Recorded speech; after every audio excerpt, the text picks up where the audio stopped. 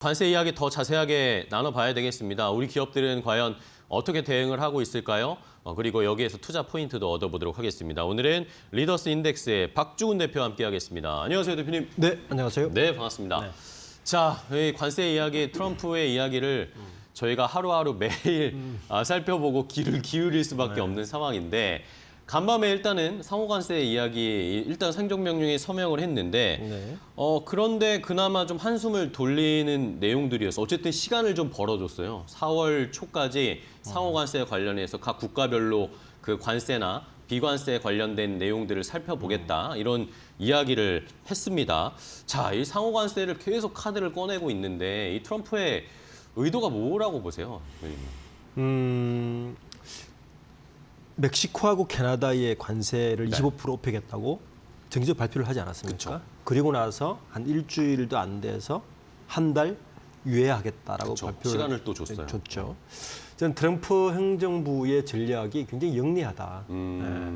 그러니까 이렇게 강한 걸 던지고 유예 시간을 줌으로 인해서 그 사이에 자기들이 얻을 수 있는 모든 것을 협상할 것이다. 실제 멕시코하고도 그랬거든요. 그쵸. 멕시코하고도 보면 그렇게 한 달 유예를 주고 직접 한 45분간 멕시코 대통령과 통화를 하면서 실제 미국이 어려워하고 있는 그 남미 쪽에서의 국경 문제라든지 뭐 이런 문제를 다 얻어냈단 말이에요. 그쵸. 그러니까 이번에도 상호관세 이야기를 먼저 행정 사인을 해놓고 네. 이렇게 이제 4월까지 유예를 했잖아요. 그 사이에 뭐 일본이 대표적이죠. 네네. 선물 가져와라. 네. 우리에게 유리한 걸 가져와라. 그리고 뭐 접점선에서 일단 여러 가지 협상 카드를 쓰는. 사실 미국이 관세를 높인다고 해서 절대적으로 미국이 유리한 게 아니거든요. 그렇죠. 뭐 트럼프 대통령은 뭐 이게 본인들을 위한 거다라고 얘기를 하지만 사실 내부에서는 이러면 인플레이션 또 올라가고 내부의 미국 기업들도 어렵고 뭐 소비자도 국민들도 어렵고 이런 이야기들도 계속 나오잖아요, 사실. 그렇죠.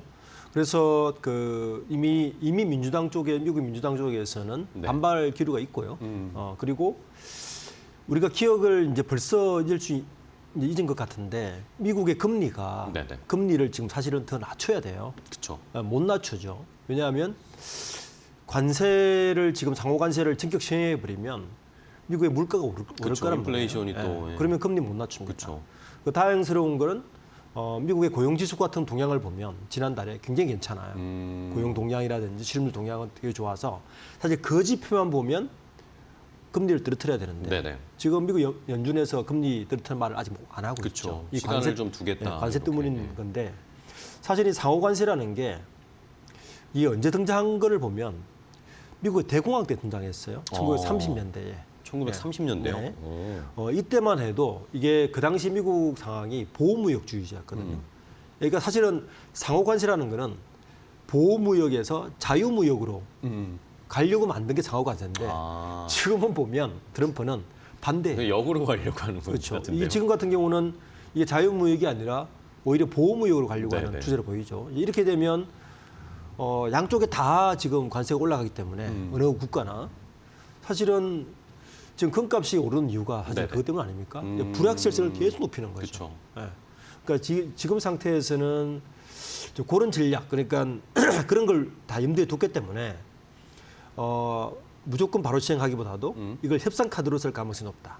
그리고 각국에 대해서 어떤 협상 카드를 내밀지, 그리고 어떤 협상 카드를 들고 오라고 할지, 사실은 우리가 관심 가져야 될 부분은 그 부분이다. 알겠습니다. 자, 이러다 보니까 말씀해 주신 것처럼 일단은 크게 위협적으로 카드를 던진 다음에 유예 시간을 주고 그 다음에 이제 각국이 고민하게 만드는 거죠. 일본도 그랬고 뭐 우리도 캐나다, 멕시코도 그랬고 우리도 지금 아직 뭐 카드를 직접적으로 받지는 않았지만 지금 고민을 엄청 하고 있는 상황입니다. 이러면서 미국에서는 시간의 유예를 준 것이 각국별로 이 관세와 비관세 관련된 내용들을 다 정리하고 한번 종합을 할 거다, 조사를 할 거다. 그런 이야기도 오늘 러트닉 장관이, 상무장관이 이야기를 하더라고요. 자, 그러면은 아까 뭐 내부 반발 이야기 말씀드렸지만 뭐 미국의 소비자들도 그렇지만 이게 미국의 기업들에게도 과연 이득인가? 이거에 대해서는 저도 좀 의문이더라고요. 업종별로 다를 수는 있습니다. 네. 우선 자동차의 경우에는 지금 업종별로 다르긴 한데 네. 자동차의 경우에는 미국이 이득을 보겠죠. 우선 당장 유럽만 봐도 미국은 유럽차가 들어올 때 2.5% 관세를 받는데 네. 유럽은 EU는 미국 차 7.5% 관세를 받거든요. 그러니까 일단 상호 관세가 안 맞으니까 이부터 높이겠다. 그쵸. 그런 거고. 우리나라의 경우에는 지금 자유무역 협정이 되어 그쵸. 있기 우리는 때문에 관세가 없는데 이게 이제 자동차 업종이 그래서 긴장을 하는 거예요. 얼까 맥일까. 그래서 이제 지금 제네시스 BGA 골프 대회 때 정의선 회장이 직접 가서 네. 아예 뭐 트럼프 트럼프 주니어를 주니어를 만났더라고요. 만나서 이렇게 네. 로비까지 하고 있는 건데 거기다가 이제 뭐 기부금까지 뭐 하는 거고. 그래서 사실 업종에서 보면 자동차 업종에서 가장 타격이 있을 수 있다. 특히 이제 현대기아차는 지난 한 4, 5년 동안 중국 쪽 시장을 거의 빼고 그렇죠. 북미 시장에 집중했죠. 집중을 했거든요. 실제 현대자동차의 북미 시장 지역 매출이 약 30% 높아졌어요. 그게 성과가 있었잖아요, 실제로. 그렇죠. 실제 성과가 있었고 그 덕분에 전기자동차의 캐점에도 불구하고 현대자동차는 성장을 했습니다. 네네. 그래서 현대기아차의 경우에는 아마 이 관세의 직접적인 영향을 가장 먼저 받을 것 같고요. 반대로 이제 이 우리나라의 경우에는 사실은 FTA를 굉장히 많이 활용을 했어요. 네네, 그렇죠. 네. 예를 들어서 삼성전자의 경우에는 가전 공장은 멕시코, 그리고 반도체는 중국 공장, 그리고 스마트폰은 베트남 공장 이런 식으로 운영을 했단 말이에요. LG전자 같은 경우에도 가전은 미국과 멕시코에 있죠. 혹은 캐나다, 뭐 전장 작품은 캐나다 이런 식으로 했는데 문제는 이게 상호관세가 다 매겨져 버리면 우리나라의 경우에는 그러니까 수출 비중이 높은 국가일수록 사실은 타격이 큰 거죠. 그렇죠. 네, 우리는 특히 높잖아요. 예, 삼성전자의 경우에는 우리나라와 직접 관세를 고민도 해야 되지만 사실은 멕시코 관세도 고민을 해야 되고 베트남 관세도 고민을 해야 그쵸. 되고 예. 중국 관세도 고민을 해야 돼요. 그러네요. 각 국가별로 관세가 달라져 버리면 이게 모두가 다 걸리는 문제라서 그쵸. 특히 수출 비중이 높은 우리나라의 경우에는 너무 직탄이 크다. 이런 부분을 좀 염두에 둬야 돼서 근데 이제 한 가지 다행스러운 건 네네. 미국 내부의 분위기가 이번에 이제 관세를 시행령에 사인은 했지만 한 달 유예시킨 것도 그 부분도 큰 영향이 네네. 컸던 것 같아요. 일단 인플레이션에 대한 우려가 굉장히 큽니다. 그쵸.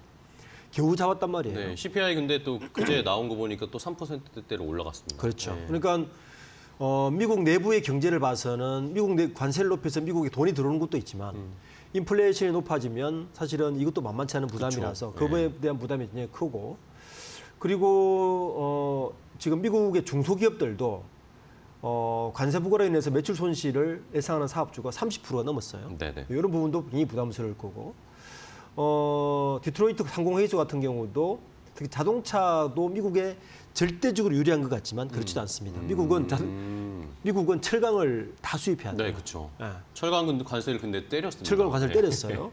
그러면 미국이 파는 자동차는 올라가더라도 수입하는 코스트가 올라가요. 그렇죠. 이 부분에 대한 부담감 이런 게 있어서 아마 트럼프가 시행령에 사인했지만 굉장히 고민이 많을 거다.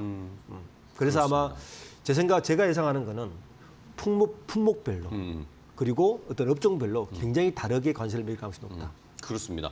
그러니까 지금 굉장히 복잡하고 시간을 4월까지로 좀 유예한다. 그 사이에 더 조사를 하고 계획을 짜겠다라는 시그널을 보낸 것 같습니다. 그러면서 일단은 시장을 좀 우리 시장이나 뭐 전반적으로 다행이다. 일단은 좀 한숨 돌렸다라고 생각을 했는데 자 그렇다면은 우리나라 기업들이 이제 문제입니다. 아까 앞서서 몇 개를 알려주시긴 했지만 우리가 괜찮을지 아까 말씀드렸지만 우리나라가 뭐 자동차도 그렇지만 전반적으로 이제 미국 쪽으로 약간 클릭을 수정했단 말입니다. 중국 쪽보다 그렇죠. 미국 쪽으로의 뭐 반도체든 자동차든 아니면 뭐 다른 업종들도 수출하는 걸 북미 미국 쪽에다가 막 집중을 했는데 이게 결국에는 관세를 부과하게 되면 그게 유탄으로 다시 돌아오게 되잖아요, 우리에게. 그렇죠.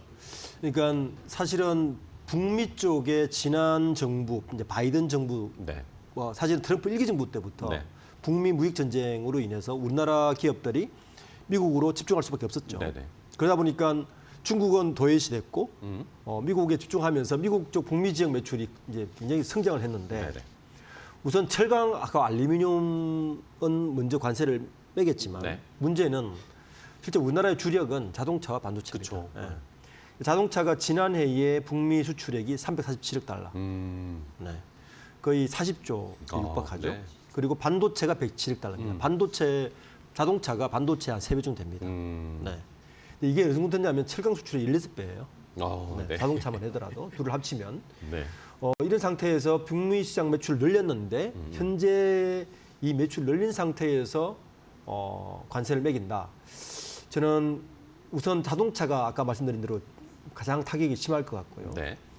지금 그래서 이제 현대자동차가 그나마 다행스러운 건 최근 현대자동차가 메타플랜트 아메리카 알라베마 공장하고 조지아 네네. 공장을 돌리기 시작했어요. 그쵸. 네. 여기서 생산되는 차가 한 170만 대 정도 되면 미국에서 소화할 수 있는 차들은 한 7, 80%는 이렇게 가능할 것 같아요. 거의 소화 가능하네요. 그래서 아마 이게 그나마 공장을 돌릴 수 있어서 다행인 거고, 기아 자동차는 지금 문제가 뭐냐면 멕시코 공장에 25% 관세를 매김으로 해서 원재료 철강 관세가 같이 올라가면서 그렇죠. 그 2중, 3중고에 시달리고 있습니다. 그렇네요. 네, 그래서 기아 자동차가 아마 주가가 만만치 않게 타격을 지금 좀 부담스러울 거예요. 반도체의 경우에는 약간 결이 다릅니다. 이게 반도체는 자동차는 미국 이런 거죠. 본인들도 생산하고 있으니까 본인들 생산하고 본인들도 팔아야 되니까 사실은 자동차는 관세를 때리면 절대적으로 미국 유리해요. 그렇죠?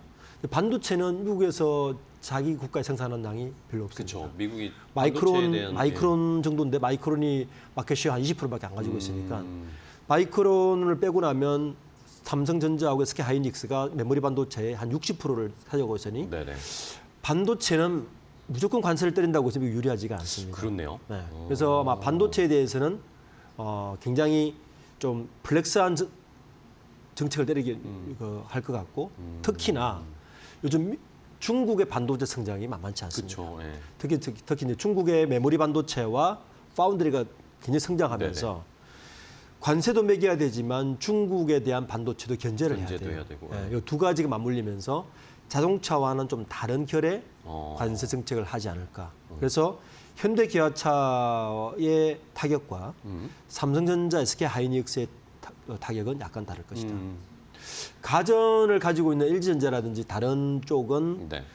멕시코 관세를 오히려 더 신경 써야 되고 우리나라 관세는 아직 FTA가 돼 있기 때문에 그렇죠. 그렇죠. FTA에서 어떻게 될지 아직 결정 안 됐단 말이에요. 그래서 그런 쪽으로 좀 투자의 포인트를 그러면 멕시코나 캐나다 공장을 가지고 있는 기업은 어딘가 이런 걸 좀 볼 필요가 있고 네네.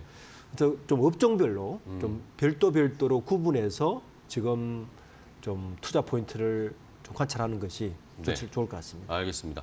자, 이렇게 말씀을 듣다 보니까 뭐 트럼프도 그렇고 미국에서 지금 이 관세를 생각하는 사람들, 정책자들이 굉장히 꼼꼼한 것 같네요. 네, 그렇죠. 개별적으로 국가별로 다 보겠다라는 거, 네. 또 기업별로도 다 보겠다라는 건 어쨌든 그걸 꼼꼼하게 다 체크하겠다는 거고 이러니까 우리도 자동차에서도 같은 현대차 기아라고 생각했지만 또 상황이 다르고 네. 그렇죠. 현대차는 미국에다 공장을 많이 지어놨으니까 커버가 가능한데 기아 같은 경우에는 또 다른 상황이고 이런 걸 하나씩 저희도 다 따져봐야 되니까 쉽지가 않을 것 같습니다. 자, 그렇다면 이제는 상호 관세 뭐 구체적인 내용은 4월 정도에 나올 텐데 우리나라에게는 그러면은 어떤 식으로 카드를 던질 거라고 생각하세요? 우선 자동차에 대해서는 뭐 미국 공장을 짓고는 있지만 네. 강하게 나올 것 같고 왜냐하면 유럽하고 똑같이 물리기 때문에 특히 일본도 있죠. 물 같고 우리는 제 생각에는 반도체 카드를 써야 된다. 그러니까 대만의 TSMC 카드를 같은 걸 써야 된다. 네네네. 어쨌든 미국 입장에서는 대중국 무역을 견제를 해야 되고 중국의 기술도 견제를 해야 되고 그렇게 하다 보면 그쵸. TSMC와 삼성전자와 SK 하이닉스를 안고 가야 돼요. 예, 그래서 미국이 가지고 있지 않은 반도체 카드를 적절하게 활용해서 딜을 해야 된다. 예, 저는 그게 우리나라가 쓸 수 있는 유일한 카드라고 봅니다. 네. 그러니까 반도체는 실질적으로 국가 안보와 직결돼 있고 앞으로 AI와 기술과 직결돼 있기 때문에 그렇지 않아도 지금 중국의 딥시크라든지 네, 그렇죠. 굉장히 빨리 따라오는 이 상황에서 반도체를 무시할 수 없을 것이다. 그래서 만약에 반도체에서도 강하게 나오면 네. 우리 입장에서는 여러 가지 이제 고민을 해야 되는 거죠. 그러니까 일단은 한국 정부 입장에서는 반도체 카드를 최대한 활용해서 미국과 협상 카드를 내밀어야 된다. 이게 이제 첫 번째인 것 같고 네. 나머지는 지금 한 가지 좀 아쉬운 점은 네. 바이든 정부 때 미국에 너무 많은 선물을 줘버렸어요. 네. 네, 이미 뭐 그렇죠. 삼성전자 공장, SK 하이닉스, 하나그룹의 태양광 그리고 현대자동차의 공장 거기다가 이제 지금은 현대제철까지 좀 가야 되는 네. 이런 입장인데 그런 것들도 적절한 카드로 활용해야 된다. 일본은 거의 뭐 퍼주기식으로 한 1,000조, 네. 1,400조 가까워를 지금 돈을 선물을 안겼는데 네. 그 우리에게는 반도체라는 카드를 최대한 활용해서 그리고 그 방위 산업 중에서 조선산업, 조선이요. 네. 네, 요 두 개의 카드를 그 두 개는 미국이 우리에게 의존할 수밖에 없는 카드란 말이에요. 네네네. 그 카드를 최대한 활용해서 이 4월까지 협상을 진행해야 된다. 문제는 정부 공백이라는 거죠. 네, 그쵸. 그게 가장 아쉬운 대목입니다. 그렇습니다. 결국에는 우리가 이점을 가지고 있는 반도체 조선을 가지고 협상을 카드를 쓰면서 뭐 아니면 뭐 조선을 우리가 정말 효율 있게 싸게 배를 만들어 줄게 뭐 이런 카드를 쓰던지 아니면 반도체 공장을 미국에 더 지을게 뭐 이런 식의 카드를 던지면서 자동차나 다른 분야의 협상을 좀 완충 작용을 할 수 있게 해주는 게 필요하다라는 그런 의견이셨습니다. 자, 그러면은 뭐 반도체 자동차도 일단 많이 봤는데 전력기기 쪽도 좀 볼까요? 전력기기도 최근에는 미국에서 수혜 많이 볼 거다.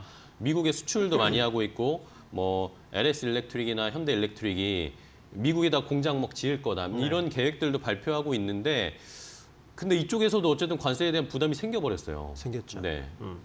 어떻게 전력기기 쪽은 관세 부담이 생겼지만 사실은 미국이 더 필요합니다. 그렇죠. 예, 왜냐하면 미국은 최근에 이제 노후 전력 인프라 무조건 바꿔야 돼요. 거기다가 장거리 송배전 시설도 수요가 좀 확대됐습니다. 세 번째로 그 이상 기후에 따라서 전력 수급 불안정이 또 해소해야 돼요. 이 세 가지 카드를 써야 되기 때문에 지난해도 제가 데이터를 보니까 효성중공업이나 HD 현대일렉트릭이 대미 무역 그 지역 매출이 네. 급성장을 했어요. 그러니까 올해는 아마 저는 더 성장할 가능성이 있다. 그래서 물론 이쪽도 관세를 매기겠지만 다른 분야에 비해서 타격은 불가피할 것이다. 그러니까 이런 거죠. 미국도 이건 필요한데 그렇죠. 아마 전력 수요, 전력기기 분야에서는 가성비로 따지면 우리나라 기업이 제일 나을 걸요. 일본보다 나을 겁니다. 일본의 미쯔비시라든지 뭐 있긴 하지만 우리나라의 그 현재 HD 현대일렉트릭, 효성중공업, LS 일렉트릭 이 세 기업이 아마 가성비는 제일 좋을 거예요. 그래서 관세를 매기더라도 이쪽은 제가 볼 때 다른 쪽보다는 타격이 덜 할 수 있다. 덜 관세를 덜 부과할 수도 있다. 네. 오케이 좋습니다. 전력 쪽은 그나마 오늘 뭐 약간 주식이 지수 종목들이 빠지고 있긴 한데 그나마 뭐 다른 산업들보다는 양호할 것으로 생각이 되고 있는 상황이고 자 다른 업종들은 또 어떨까요? 뭐 바이오라든지 아니면 뭐 음식료나 뭐 생활 필수품 이런 것들 저희가 꽤나 수출을 하니까 그렇죠. 뭐 최근에 뭐 화장품 같은 것도 사실 미국에 수출 많이 하잖아요. 이런 거에서는 관세 타격을 저희가 어떻게 대응해야 할까요? 당연히 받겠지만 제일 관심사는 사실 바이오 쪽이죠. 네, 바이오죠. 바이오 쪽이죠. 왜냐하면 일기 트럼프 정부 때 의약품 시장에서는 자국 보호주의가 되면 네. 이런 정세가 되면 사실은 약가 인하 정책으로 바뀌었거든요. 예, 그렇게 되면 원래 이제 관세를 그래서 매기지 않을 것이라고 많이 예상을 했는데 이렇게 되면 이제 요 정책이 가더라도 신약하고 복제약은 따로 봐야 됩니다. 일단 복제약의 진입 문턱이 낮아질 것이다. 예. 그 우리의 입장에서 봤을 때는 셀트리온이라든지 바이오로직스가 나쁘지가 않죠. 그렇죠. 예. 그래서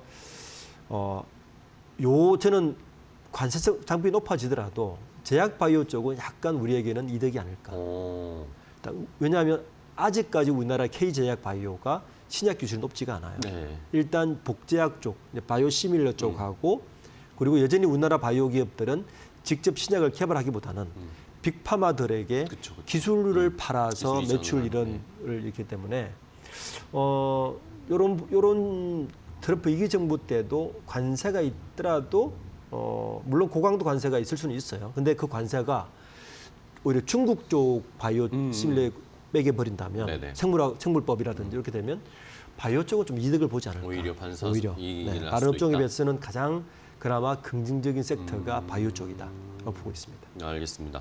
바이오 쪽, 뭐 K 전력기기나 바이오 쪽은 그래도 조금 한 숨통이 트이는 그런 정도의 관세가 나올 것이다. 자, 그러면 이제 마지막으로 저희가 총 정리를 좀 해봐야 될 텐데 아까 말씀해 주셨듯이 자동차가 일단 가장 좀 걱정스러운 네. 부분이고 반도체도 상황에 따라 약간의 부담을 받을 수 있는 상황, K 전력이나 아니면 바이오 쪽은 그나마 조금 나은 상황인데 자, 문제는 어쨌든 지금은 뭐 일본도 그렇고 뭐 멕시코도 그렇고 캐나다도 이게 정부 차원에서 대통령이나 총리가 막 가서 협상도 하고 전화 통화도 합니다. 근데 우리나라는 지금 이 정치적인 불안정성 공백 상태이다 보니까 뭐 뉴스에도 나오지만 최상목 대행이 지금 트럼프랑 전화 통화 한 번도 못했다는 상황인데 이러면은 개별 기업들이 알아서 대응을 해야 되는 상황이란 말입니다. 이런 상황 관세 리스크 어떻게 돌파를 해야 될까요?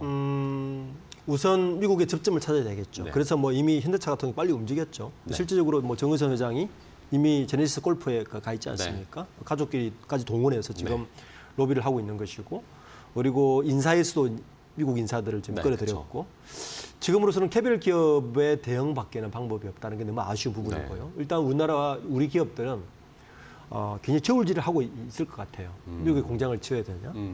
사실은 이게 대미 무역 우리가 지금 이야기하지만 성장은 했지만 여전히 우리나라 전체 무역에서는 중국이나 이쪽이 더 많거든요. 그렇죠. 네, 그래서 저울질을 하면서 이 한 달간 사이에 품목별로 어떻게 대응을 할 것인가. 지금은 구체적인 품목별로 대응을 하는 것이 중요하다. 그러니까 통으로 하진 않을 것이다. 네네. 미국에서 품목별 유불리를 따지면서 할 건데. 저는 정부의 카운터 파트너를 빨리 만들어줘야 된다. 지금은 미국 입장에서 누구하고 얘기를 하겠습니까? 그렇죠. 만약에 정권이 바뀌면 또 다 바뀔 건데. 그렇죠. 다 다른 그러니까 이런 변수들을 정부에서는 최대한의 접점 포인트를 만들어서 대화를 해야 되고 기업들은 정부와 어떻게 협업을 해서 어떤 식으로 전략을 짤 것인가를 좀 대응을 하는 것이 급선무다. 지금 그런 상태에 놓여 있는 것 같습니다. 네. 뭐 우리가 다른 나라의 대응 방법 이런 것도 한번 참고를 해봐야 될 것 같습니다. 어쨌든 뭐 이게 어떻게 보면은 잘 된 일인지 안 좋은 일인지 모르겠는데 다른 나라들 뭐 일본이나 이런 데는 바로바로 지금 뭐 관세에 대한 이야기가 나오는데 우리는 그래서 미뤄지고 있잖아요. 중요한 거는 네. 멕시코 대통령이 굉장히 지혜로웠어요. 그런가요? 45분간 전화 통화를 하면서 얻을 것 다 얻어냈어요. 멕시코도? 예. 근데 캐나다는 강성으로 나가버렸어요. 그렇죠, 그렇죠. 그러다 보니까 잃었어요. 그렇죠. 일본은 정말 저자재로 가서 뇌물을 갖다 준 거고. 선물을 다 쏟아냈죠. 저는 이럴 때 이제 그걸 보면 이 관세 정책도 일관적이진 않다. 그러니까 빈틈들이 많다. 어떻게 미국도. 협상하는가에 따라서 전혀 다른 양상이 될 수 있기 때문에 지금은 기업도 그 국가 대 국가도 최대한 지혜를 내야 되는 상황입니다. 앞에들 상황을 보면 여전히 굉장히 트럼프는 유연하다. 이런 상황에 대해서. 네네네. 그러니까 어떻게 어필하는가에 따라서 전혀 다르게 나올 수 있으니 네. 다양한 카드를 가지고 같이 협상을 해야지. 자동차는 자동차대로, 반도체는 반도체대로 개별 협상하는 것보다도 정부에서 이걸 잘 조율해서 협상하는 게 지금 가장 그래서 중요하다. 그렇죠. 네. 거기에 따라서 기업들이 빨리빨리 대응해주면 그러면 조금 수월하게 넘어갈 수 있지 않을까라고 보고 있습니다. 알겠습니다. 자, 저희가 뭐 관세를 너무 두렵게만 생각하고 있는데 말씀해 주신 것처럼 트럼프가 뭐 굉장히 강성한 것처럼 보이지만 또 굉장히 유연하고 또 나름 테로를 열어주는 사람이에요. 그렇습니다. 네. 그러니까 그런 것들을 잘 공략할 수 있는 개별 기업들의 전략이 필요한 때입니다. 또 시간이 좀 벌어져 있는 만큼 다른 나라들, 다른 기업들이 협상하는 것을 학습을 하면서 그렇죠. 대책을 좀 마련하는 그런 지혜가 필요할 것 같습니다. 자, 오늘 박주근 대표와 함께 자세하게 관세에 대한 이야기 나눠봤는데요. 뭐 너무 두려워할 건 아닌 것 같습니다. 오늘 좋은 이야기 해주셔서 감사하고요. 다음 시간에 또 뵙도록 하겠습니다. 대표님 고생 많으셨어요. 네, 감사합니다. 고맙습니다.